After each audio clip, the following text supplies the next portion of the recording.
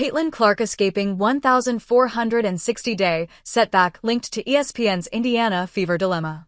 The fate of the Indiana Fever looks pretty simple.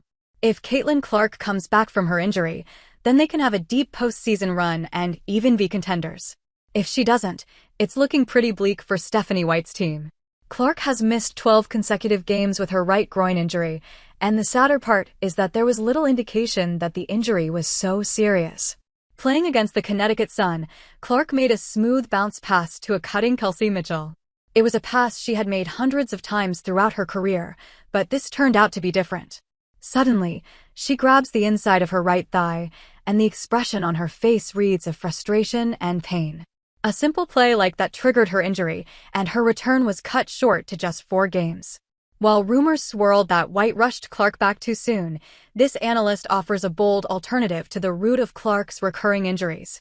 Maria Marino said on ESPN's WNBA Hoop streams, "But honestly, I think that was part of Caitlin just never having truly experienced an injury like this in her career and not really understanding her body and whether or not she really was ready to play." When Clark missed the preseason game against the Washington Mystics earlier in the season, it was the first time she had since her high school days. The point guard didn't miss a single game between her 4 years at Iowa and her rookie WNBA season, playing in at least 206 consecutive contests, according to ESPN. Suddenly, she had one soft tissue injury after another, where the progress is not very clear for a third person to see. It all depends on how Clark is feeling, and her lack of history with injuries affected her judgment.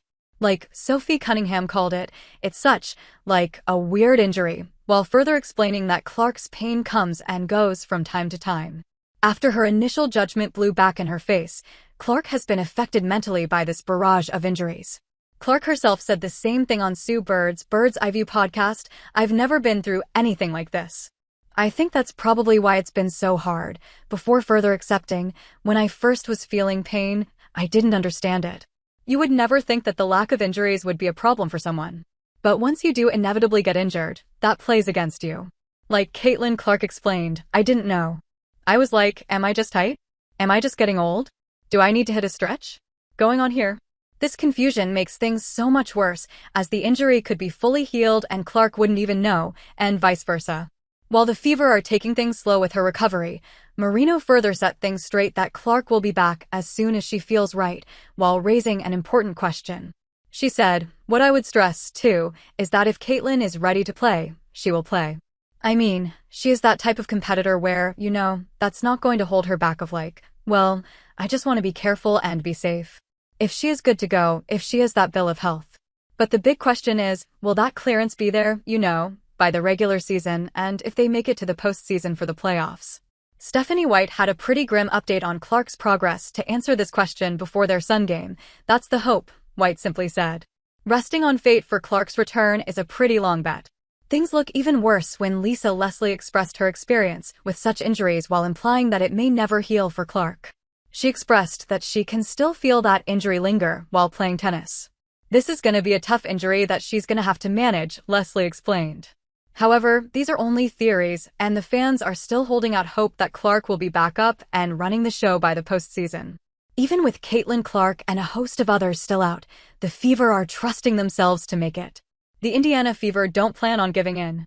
The entire WNBA has been rocked by injuries. Minnesota have Nafisa Collier out. The New York Liberty had Jonquil Jones missing for more than a month, and now Brianna Stewart's on the sidelines. Chicago has Angel Reese with an injured back. But no one has been hit with injuries like the Indiana Fever. Every time they find some sort of momentum, 1 or 2 of their key players go out. However, they are not making this as an excuse to give up, as evidenced by their Connecticut comeback. Aaliyah Boston said after that game, "We talk about injuries, people are probably expecting us to fold. And that's not us. We come to the locker room, and we are motivated every single time we step on that floor." Kelsey Mitchell had just 4 points after that first half. It seemed she was missing everything, and the day wasn't hers.